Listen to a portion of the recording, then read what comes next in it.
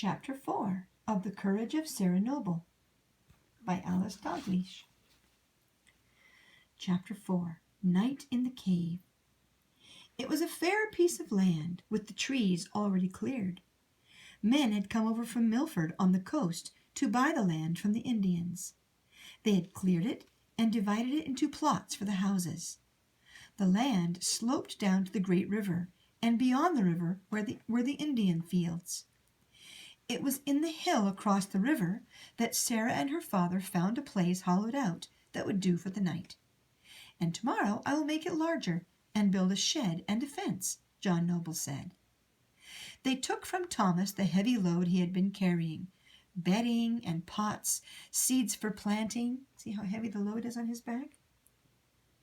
Seeds for planting, tools, and warm clothes for the weather that would be coming.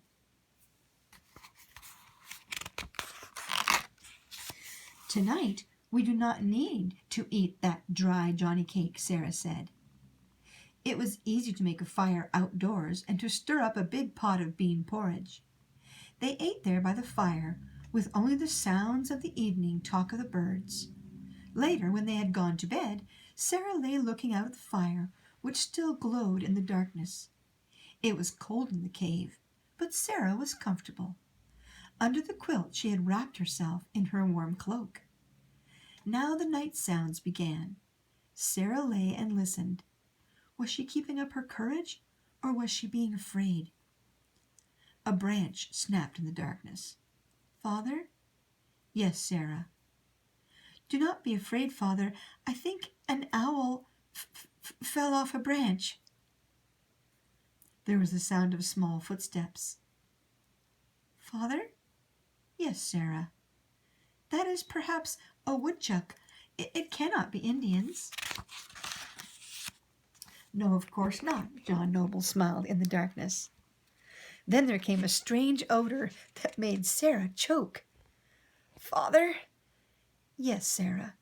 "It is a skunk." John Noble laughed out loud. "Indeed it is. And a good thing I have you here, Sarah, to keep me from being afraid of all these strange visitors." Sarah was as proud as she could be. She was keeping up her courage then, and her father's too. That would please her mother. The night sounds wove themselves into a pleasant, comforting pattern. Sarah tried to keep her eyes open, but they kept closing. The wind in the trees seemed to put words to her thoughts. What was it saying? "Keep up your courage, Sarah Noble. Keep up, keep." Then suddenly, in no time at all, it was morning, and the sun was up and very bright.